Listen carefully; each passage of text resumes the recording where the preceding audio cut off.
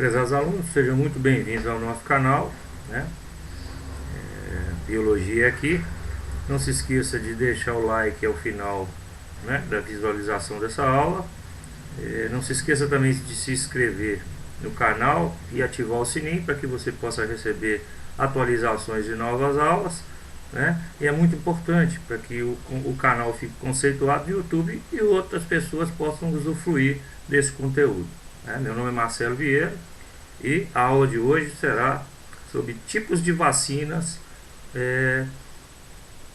e estratégias de vacina e a história do coronavírus. Um grande abraço e aproveitem a aula. De vacinas e as estratégias de vacina. Vamos dividir essa aula em duas aulas. A primeira, né, que é a aula 1, vai ser um pouco sobre a história da vacina, conceitos básicos sobre o sistema imunológico, soros e vacinas. E a segunda aula a gente vai falar propriamente dito das vacinas em si. Então, não se esqueça de se inscrever no nosso canal. O seu like é muito importante para conceituar o nosso canal no YouTube, né? À medida que o nosso canal for crescendo, várias pessoas vão aproveitando, né, o conteúdo. Então é muito importante que você deixe seu like e se inscreva. Vamos à aula. Então, nós vamos falar aqui dos tipos de vacina contra o Covid. Mas antes de falar dos tipos de vacina, nós temos que entender qual que é o propósito da vacina, né? Então, só para vocês terem ideia, as doenças infecciosas e parasitárias, né, são responsáveis por cerca de 25% da mortalidade mundial, especialmente entre crianças menores de 5 anos. Ou seja, um quarto das pessoas que morrem são devidas a doenças infecciosas e parasitárias. A vacinação é uma ação em saúde com maior impacto na diminuição da mortalidade e da morbidade, ao lado de saneamento básico. E uma observação que nós vamos colocar aqui, pessoal: não há vacinas para um número significativo de patógenos. Nem todas as doenças, né, nós vamos conseguir produzir vacina. Por quê? Porque produzir vacina não é tão fácil quanto as pessoas pensam, né? Um exemplo clássico que nós temos é que já tem muitos anos que estamos desenvolvendo a vacina contra a AIDS, mas sem ter um resultado satisfatório. Algumas vacinas não protegem completamente, né? A gente sabe disso. E vamos falar um pouco da história da vacina, né, pessoal? Primeiro o vírus, né? O vírus vacina, né, da família Proxviridae DNA, né? Nós temos também o caso, né, de relatos bem antigos, né? O Ramsés V do Egito, ele morreu, né, de varíola aí, né? E a variolação, o que é a variolação? Você aplicar, né, o agente causador da doença no corpo das pessoas. Isso já era feito na China, na Índia, na África, né, há 1000 anos antes de Cristo. Aqui nós temos alguns desenhos, né, da época da China antiga. A variolação, que era um bastão ali onde o cara esfregava nas pústulas, que são as lesões na pele, e passava nas pessoas, né? Mais tarde, né, bem mais tarde, Lady Mary introduz na Inglaterra a técnica chinesa da variolação em 1721. Então note que, né, o princípio de vacinação já existia. O que não existia era uma coisa mais científica, uma coisa mais organizada. Então, o que aconteceu? Quem foi o cara que inventou a vacina? Foi o Edward Jenner, né? Ele utiliza o vírus da vacina, né, para proteger contra a varíola, após observar que as camponesas que lidavam com gado ficavam protegidas da doença. Como assim elas ficavam protegidas? Na verdade, existia um tipo de varíola humana e um tipo de varíola bovina. Então, as camponesas que trabalhavam, né, no ordenhamento do gado, elas pegavam a varíola bovina, que era uma doença mais fraca do que a varíola humana. Então, ele observando isso, o que ele fez? Ele pegou, né, aqui está a mão da Sarah Nelmes, que foi uma camponesa lá que ajudou o Edward Jenner, né, a fazer isso. E, consequentemente, está ele aqui imunizando o James Phillips, né? Essa pintura aí é clássica, né? Você pode procurar na internet aí.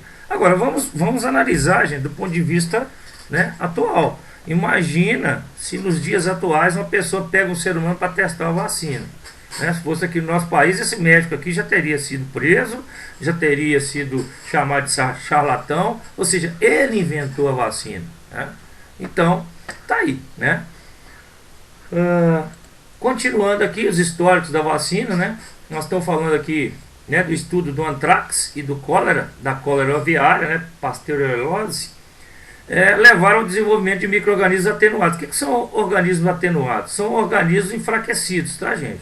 Vão causar uma doença menos intensa, perdão, né? Eles foram atenuados artificialmente.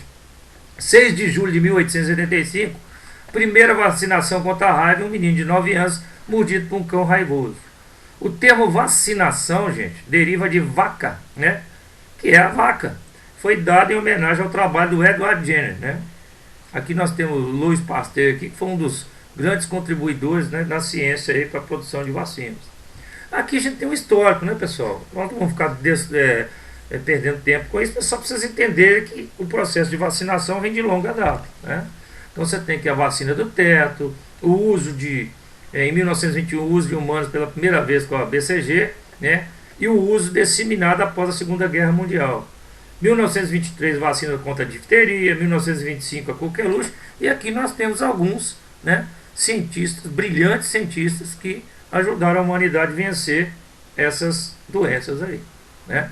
Aqui nós temos 1943, né, a vacina tríplice aí, em 1952 a vacina contra polio, o Dr. Salk está aqui, em 1961, né, não podemos deixar de falar do Dr. Albert Sabin, né, esse cientista aqui fantástico, que não ganhou nem um centavo com a sua vacina, ele doou todo o dinheiro, né, porque ele não queria que nenhuma criança tivesse o problema com a, né, paralisia infantil. Então esse foi um dos grandes médicos, um grande ser humano, além de tudo um excelente médico, né.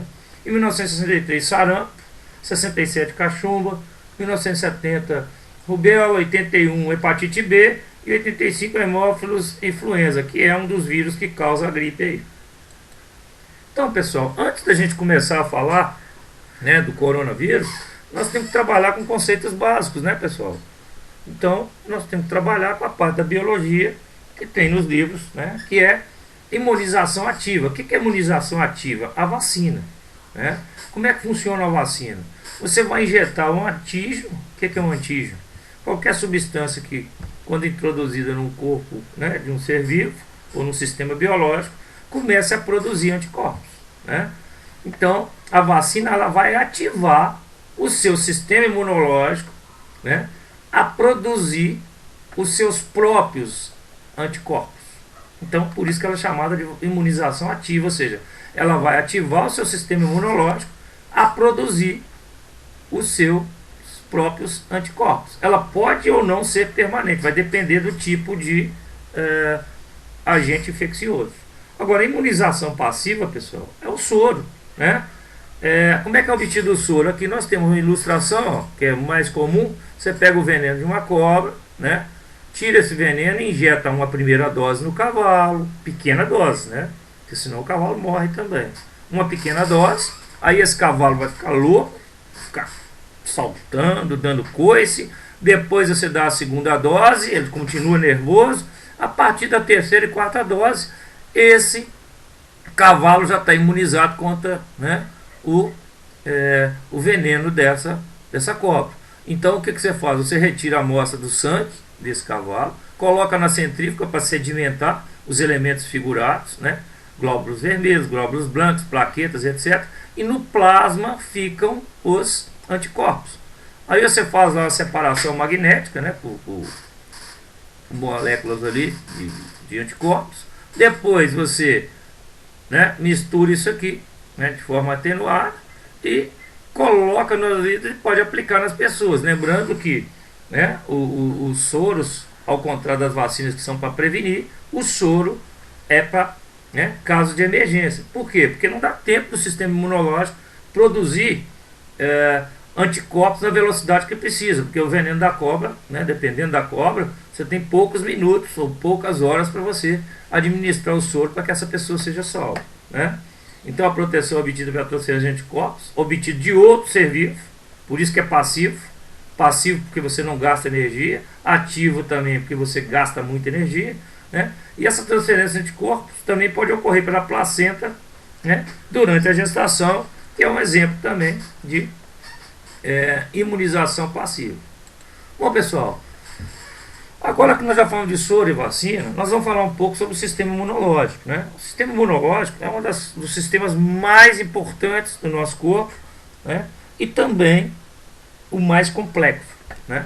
Então nós compartilhamos um ambiente onde a gente vive com milhares de outras formas de vida, incluindo vírus, bactérias, fungos, protozoários, vermes e muitos deles organismos parasitas ou patógenos, né, causadores de doenças. Classicamente as infecções são causadas por micro-organismos e infestações são causadas por organismos macroscópicos.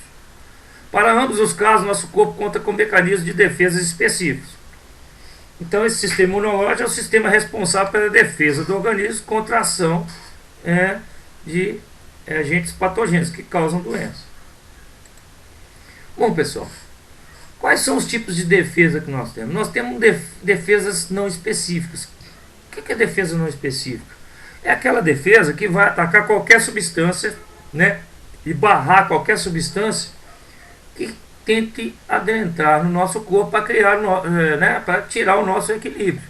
Então contamos com barreiras contra patógenos, pode ser físicas, como a nossa pele, mucosa, né, ciliada das vias respiratórias, químicas como a acidez, principalmente da pele, mucosa estomacal e vaginal, e as lisozimas, né, que são enzimas que são produzidas na nossa lágrima para evitar que micro-organismos colonizem o nosso olho, porque o nosso olho está exposto ao ar atmosférico, né? Além da reação inflamatória, que inclui defesas realizadas por algumas células do sangue. Então, os mecanismos inespecíficos, ou seja, que não são voltados, né, para um tipo específico de ser vivo, ele vai atacar qualquer substância, barrar qualquer substância, é a nossa pele, membranas mucosas, saliva, o suor, a lágrima, o muco das vias respiratórias e o ácido clorídrico. Aqui a gente está colocando aqui, só para a gente ver, um processo inflamatório, né, tipo um espinho que entra na nossa pele, ela vai atingir aqui, aqui você tem o tecido epitelial que está em rosa, né, em amarelo embaixo você tem o tecido conjuntivo. Então quando isso acontece, né, você vai ter aqui os mastócitos que vão liberar histamina, né, essa histamina aí é relacionada para fazer com que ocorra, né, a vasodilatação, aí, o vaso se dilata e os glóbulos brancos, por mecanismo de diapedese, vão atacar os micro-organismos que estão ali, né? Então nós vamos ter macrófago e neutrófago que vão fagocitar as bactérias. Bom, então a pergunta que a gente faz é o seguinte, ó, nós temos também aqui as defesas, né, específicas do sistema imune. Além das defesas não específicas, possuímos defesas específicas que dependem da ação de linfócitos, que são glóbulos brancos, que vão gerar imunidade, ou seja, que vão nos proteger. Todas as defesas contra os patógenos dependem da habilidade do organismo em reconhecer o que lhe é próprio, o que pertence ao seu corpo, e o que lhe é estranho. Todos os organismos são bioquímicos únicos. Suas superfícies celulares possuem glicoproteínas, como, né, receptores de membrana, né, glicolipídios, como os receptores do sistema BO, né, que variam de acordo com cada espécie e com os indivíduos. Cada organismo reconhece e aceita suas moléculas, né, e estranha as moléculas de outros organismos. Então aqui nós temos aqui, ó, o linfócito B, que produz anticorpos. Nós temos o linfócito T, que vai ser dividido em linfócito T auxiliar, linfócito T de memória e por aí vai, né? Então aqui é uma defesa voltada para um tipo só de micro-organismo. Então são essas defesas aqui específicas que vão estar relacionadas com soros e vacinas. Bom, a pergunta que eu queria fazer para vocês é a seguinte: vamos definir o que é antígeno e o que é anticorpo.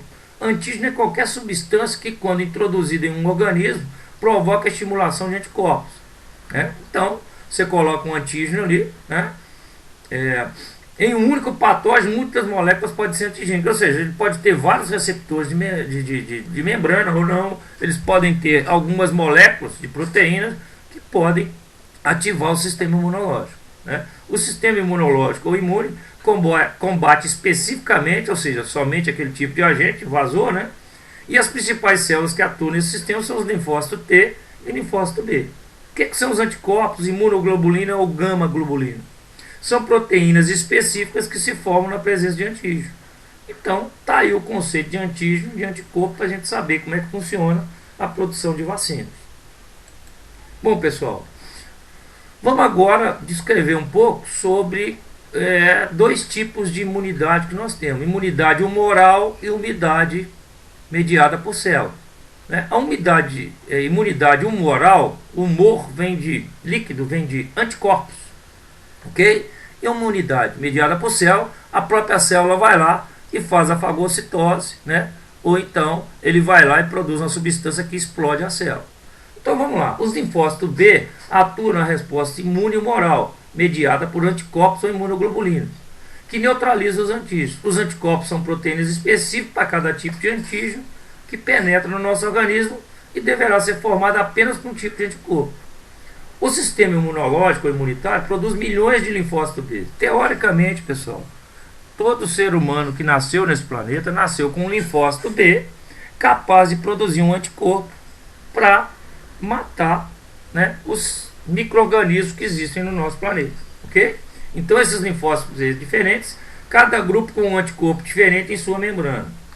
Quando um antígeno entra no nosso corpo, ele é reconhecido por um grupo de linfócitos que tem um determinado anticorpo na membrana, né? A união de antígeno com esse anticorpo fará com que esse grupo de linfócitos se multiplique e produza mais anticorpos. Então quem produz anticorpos no nosso corpo é o linfócito B. E os linfócitos T, eles atuam atacando diretamente as células do corpo que foram invadidas por micróbios, e além disso eles ativam os outros linfócitos. Que linfócitos? Quem reconhece, pessoal, os agentes invasores é o linfócito T, chamado CD4, né, no caso da AIDS, né? Então ele é que vai avisar qual linfócito, porque nós temos milhões deles, né, no nosso corpo, milhares deles. Ele é que vai avisar qual que deverá produzir anticorpo, porque não se esqueça que a produção de anticorpos, gente, gasta muita energia, né? Então a pessoa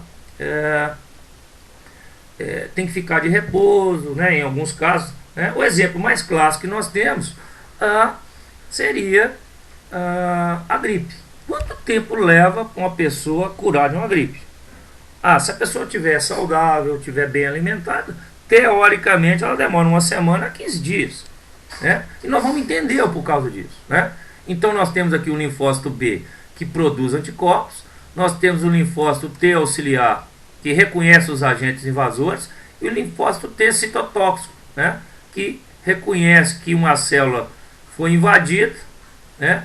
E libera uma substância química ali que estoura a célula e o agente invasor que está lá dentro, né? Não esquecer que nós temos os macrófagos e os linfócitos, né? E o neutrófilo e macrófago que fazem a fagocitose. Então tem dois tipos de defesa: defesa humoral e defesa mediada por células. Então, pessoal, agora nós vamos fazer um resumo aqui do sistema imunológico, como é que ele funciona, né, para você entender como é que os cientistas trabalham para produzir uma vacina. Então, nós vamos supor aqui que o cara sofreu infecção com um tipo de vírus, né? Então, vamos lá. Então, o que acontece? O vírus vai entrar no nosso corpo, que no caso aqui é um adenovírus, né? Esse vírus que chegou no nosso corpo, ele vai cair na corrente sanguínea, vai procurar as células, né? A gente sabe que os vírus são organismos, né, parasitas intracelulares obrigatórios. Ele vai invadir uma célula do nosso corpo e vai produzir milhares de outros vírus. E aí o que acontece? Quando esse vírus cai no nosso corpo, imediatamente vai entrar em ação a defesa celular. O que é a defesa celular? As células de combate. Primeiro nós temos um combate inicial. Então você vai ter um macrófago que vai fagocitar esse vírus que está aqui, né? Depois que ele fagocita, né, ele expõe um fragmento desse vírus para o lado de fora. Para quê? Porque mesmo que o macrófago saia comendo os vírus aqui, pessoal, né, lembre-se que cada célula infectada por um vírus, em média, produz 20 mil novos vírus. Então, os macrófagos não vão dar conta desse ataque inicial. Então, eles precisam de ajuda. O que eles fazem? Eles vão expor aquele fragmento do vírus, né? Não precisa ser o vírus todo, mas aqui eu estou colocando como se fosse, né, um fragmento do vírus. E aí o que vai acontecer? Vai entrar em ação o linfócito T, né? É o mesmo linfócito T aí que a gente chama CD4 lá na AIDS, que reconhece os agentes invasores. O que é esse linfócito T? Ele se liga ao agente invasor, né? E como o macrófago é a célula que está apresentando aqui o agente invasor para o linfócito T, a gente chama o macrófago de célula apresentadora de antígeno. Porque ele fagocita o vírus, expõe uma proteína do vírus, ou o vírus ali, e se liga ao linfócito T. O que o linfócito T faz? Ele reconhece qual é o tipo de vírus que está ali, vai mandar uma mensagem química que a gente chama de interleucina. Essa interleucina vai se dirigir para a medula óssea. Lá na medula óssea vão existir os linfócitos B. Eles estão todos adormecidos lá, né? Nós temos milhares de linfócito B. Nós falamos anteriormente que o linfócito B que produz os anticorpos. Então, o que o linfócito T faz? O linfócito T reconhece o agente invasor, ele vai mandar uma interleucina, que é um mediador químico, que é específico para acordar o tipo de linfócito B capaz de produzir anticorpos para destruir aquele tipo de vírus em especial. E aí, aquele vírus recebe a interleucina e ele começa a se multiplicar no que a gente chama de, né, expansão monoclonal. Monoclonal quer dizer, é um clone, vão ser cópias do aquele linfócito que é responsável para produzir os anticorpos. Então aquela expansão monoclonal vai produzir novos linfócitos, e aí o que esses linfócitos fazem?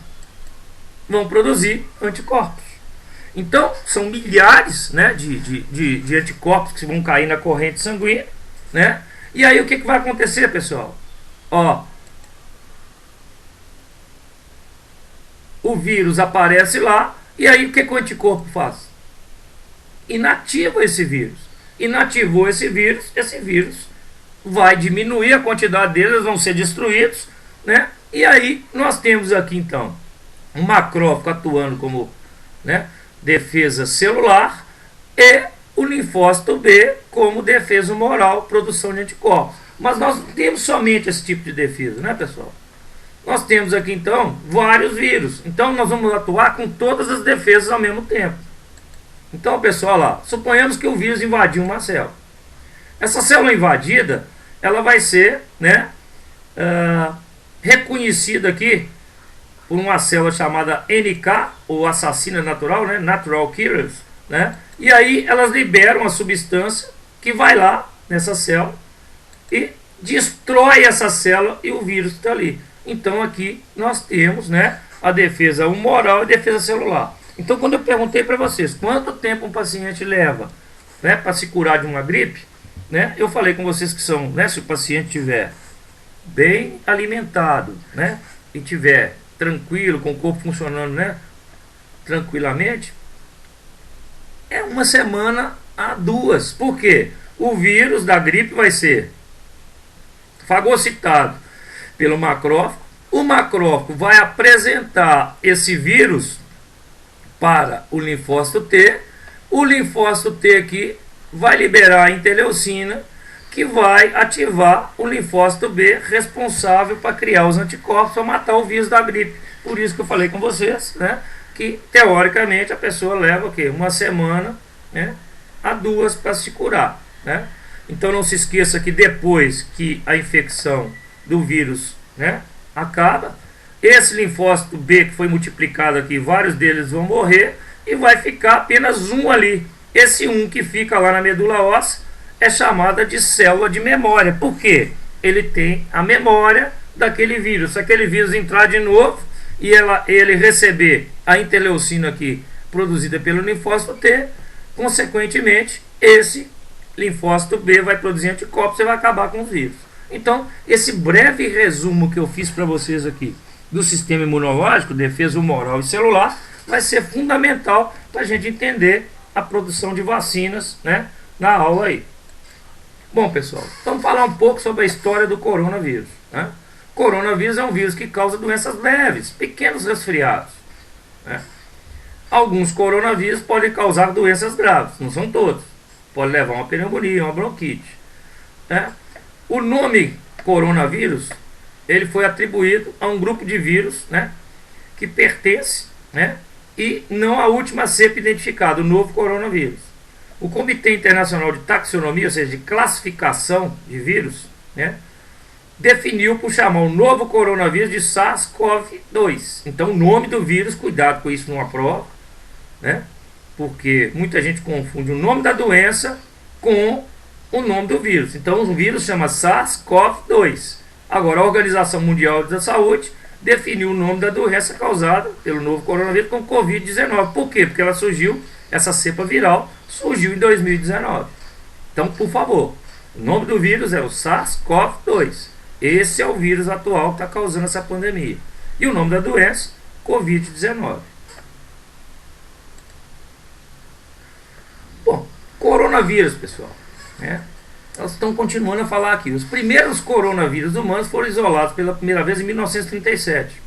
No entanto, foi em 1965 que o vírus foi descrito como coronavírus em decorrência de uma análise microscópica, né, onde a sua superfície lembra uma coroa. Olha lá, uma coroa. Aqui embaixo você tem uma microscopia eletrônica mostrando lá, tem uma coroa em volta dele, né? As partículas de coronavírus são cercadas por uma camada externa gordurosa chamada de envelope e geralmente parecem esféricas, como vistas ao microscópio eletrônico como uma coroa, né, com uma coroa de espigões, que são os receptores, né, externos, em forma de taco na sua superfície. Bom, pessoal, os coronavírus têm genomas de RNA, né, cadeia única, fita única, extraordinariamente grandes, aproximadamente de 26 mil a 32 mil nucleotídeos, né, que popularmente são chamados de letras do RNA. Ao todo, 7 coronavírus humanos, né, o HCOV, né, H de humano e COV de coronavírus, né, já foram identificados. Então são esses aqui, ó, HCOV 229E, HCOV OC43, HCOV NL63. Esses são sem importâncias para nós nesse momento, né? Não significa que no futuro eles não possam causar problemas aí. Agora, os que mais causaram problemas para nós aqui, né? O SARS-CoV, né? Síndrome respiratória aguda grave, os MERS-CoV, né? Que causa a síndrome respiratória do Oriente Médio, e o SARS-CoV-2, que é o responsável por causar o Covid-19, né? Que é a doença. Então aqui, ó, nós temos aqui a síndrome respiratória do Oriente Médio, nós temos aqui a SARS, a síndrome respiratória aguda grave, né? Note que os vírus são muito parecidos, pessoal, né? Todos são coronavírus aí, né? E o último aí, né, o SARS-CoV, né, que causou essa pandemia aí que nós estamos vivenciando ela aí. Espero que seja, né, o final dela. Nós precisamos retomar a normalidade de nossas vidas. Bom, pessoal, então a origem dessa pandemia aí do SARS-CoV-2. As primeiras evidências indicam que os primeiros casos tiveram origem no mercado de frutos do mar da cidade de Wuhan, na província de Hubei, né? Olha lá, ó, Wuhan, na província de Hubei, né? As primeiras ocorrências foram relatadas em dezembro de 2019 e a incidência aumentou de maneira exponencial, ou seja, começou a multiplicar de uma forma fora de série, em poucas semanas. Então aqui, ó, você tem a cidade de Wuhan e aonde surgiu, né, essa pandemia aí. Bom, há várias especulações, nós ainda não temos, né, a certeza, né, a origem zoonótica, ou seja, qual animal serviu de reservatório para que esse vírus chegasse até nós, né? Então tem muitas especulações dentro do que foi identificado cientificamente até agora. Acredita-se que o SARS, né, o vírus SARS-CoV-2, possua como hospedeiro determinadas espécies de morcegos e o pangolim. Então, um animal consumido, né, esse pangolim aqui é um animal consumido como alimento exótico em algumas regiões da China. Então, pessoal, os morcegos estão aqui, ó, né? E você tem o pangolim aqui. O pangolim, ele tem né, ele parece com um tatu-bola que tem aqui no Brasil, né? Só que ele tem uma cauda muito grande, né? Então, como a China tem, né, a maior população do planeta, a quantidade de alimento que tem que fornecer para essa população, gente, é muito grande. Por isso que tem essa diversidade de alimentação aí. Agora, quando você retira esse animal, tanto o morcego quanto o pangolim, do seu ambiente natural e passa a ter contato com ele, Os vírus que existem no corpo desses animais, ele pode sofrer mutação e se adaptar ao nosso corpo, que foi o que aconteceu na China, na cidade de Wuhan, né? Então, pessoal, vamos falar da morfologia do vírus. Aqui nós temos o coronavírus, né? O número 1 aqui representa a proteína spike, né? Você tem aqui a hematoglutinina esterase, né? A membrana de proteína e o envelope. Então aqui nós vamos falar aqui, ó, desconstruindo o vírus. Então aqui você tem um espículo, né? Que é a proteína que se acopla às células humanas e que as abre para que o patógeno entre. Então, através desse receptor aqui, né, porque qual que é o mecanismo que todo vírus, não precisa ser o corona não, qual é o mecanismo que o vírus ele se passa por proteínas humanas. Então, quando ele está arrebentando uma célula humana, ele, na hora que vai formar a membrana, né, em volta dele, ele rouba pequenas proteínas humanas para que quando ele for infectar, ele consiga se passar por proteínas humanas e assumir o controle da célula. O RNA, então, é o material genético desse vírus, né? O envelope são proteínas, né, pequenas que se juntam para formar, né, uma esfera. E hematoglutinina esterase, que ajuda as espículas, né, a destruir a proteína do hospedeiro e entrar na célula. Então, está aqui toda a morfologia do vírus, né? Não se esqueça disso. Bom, aqui nós temos novamente, né, como é que o vírus infecta a célula, né? O grande mecanismo de entrada aqui é essa proteína S, que a gente chama de spike, proteína spike, né? Aqui está uma microscopia eletrônica mostrando como é que ocorre a produção dessa proteína spike.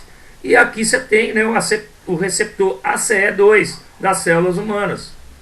Note que essa proteína aqui, ela é complementar aqui. Então, quando ela se liga aqui, né, esse vírus se passa por proteínas humanas e a célula humana permite a entrada. Então, aqui eu tenho a proteína, né, o receptor ACE2.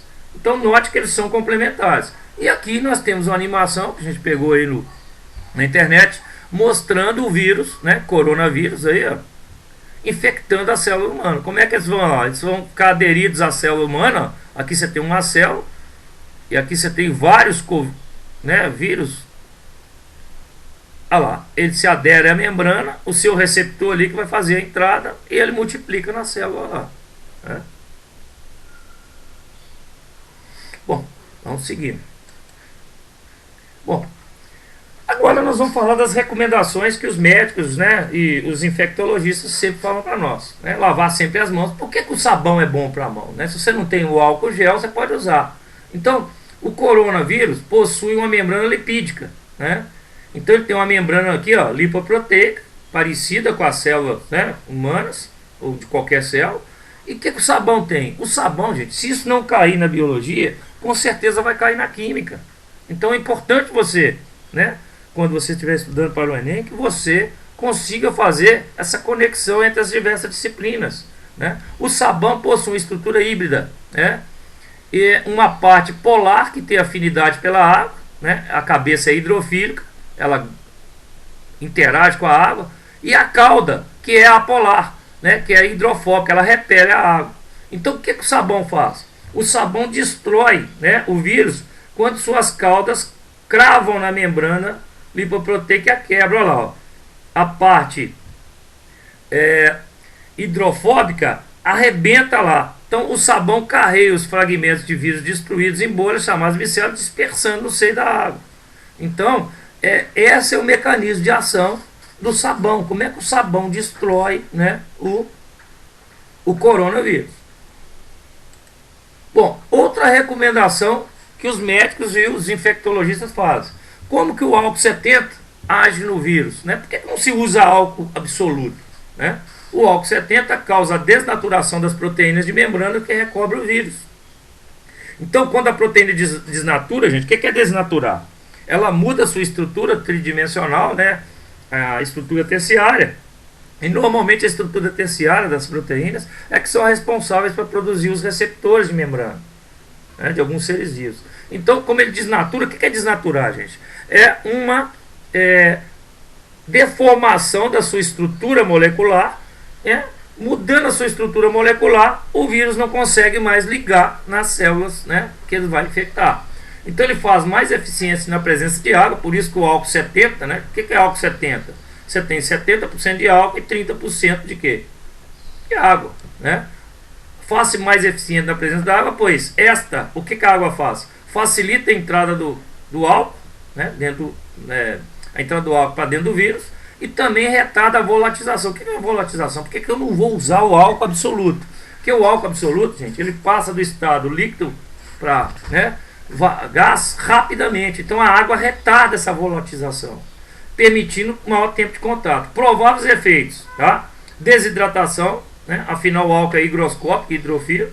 As moléculas de álcool precipitam as proteínas devido à desnaturação e causa a coagulação de enzimas responsáveis por atividades celulares essenciais, né? Então tá aí o mecanismo, né, que nós falamos aí, que os órgãos de saúde pública do mundo inteiro estão nos pedindo para fazer.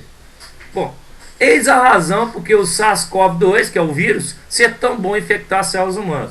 O novo coronavírus, ou SARS-CoV-2, se liga às células humanas através da proteína S, spike. Olha lá, nós já falamos disso aqui. Essa proteína spike, a proteína S, ela tem esse receptor ACE2, e quando ele se liga ali, ele se passa por proteínas humanas, e aí esse vírus consegue adentrar na célula, né? Depois que a proteína S se liga ao receptor celular humano, uma proteína na superfície celular que serve como porta para a célula, né, a membrana viral, se funde com a membrana celular humana, permitindo que o genoma do vírus entre nas células humanas. Então, pessoal, olha aqui, a proteína spike, ou proteína S do SARS-CoV-2, são tão eficazes na ligação com células humanas que os cientistas concluíram que era o resultado de seleção natural, um processo evolutivo, né, e não produto da engenharia genética. Foi o que eles chegaram à conclusão. Bom, terminamos essa primeira aula aqui. Espero que vocês tenham gostado. E não deixe de assistir a aula 2, porque ela vai falar das estratégias na produção de vacina, né? E não se esqueça de deixar o nosso like, né, aí, e indicar esse canal para outras pessoas, porque somente através da indicação e dos likes que esse canal vai ficar bem conceituado no YouTube, e aí outras pessoas vão poder usufruir. Muito obrigado e até a próxima aula.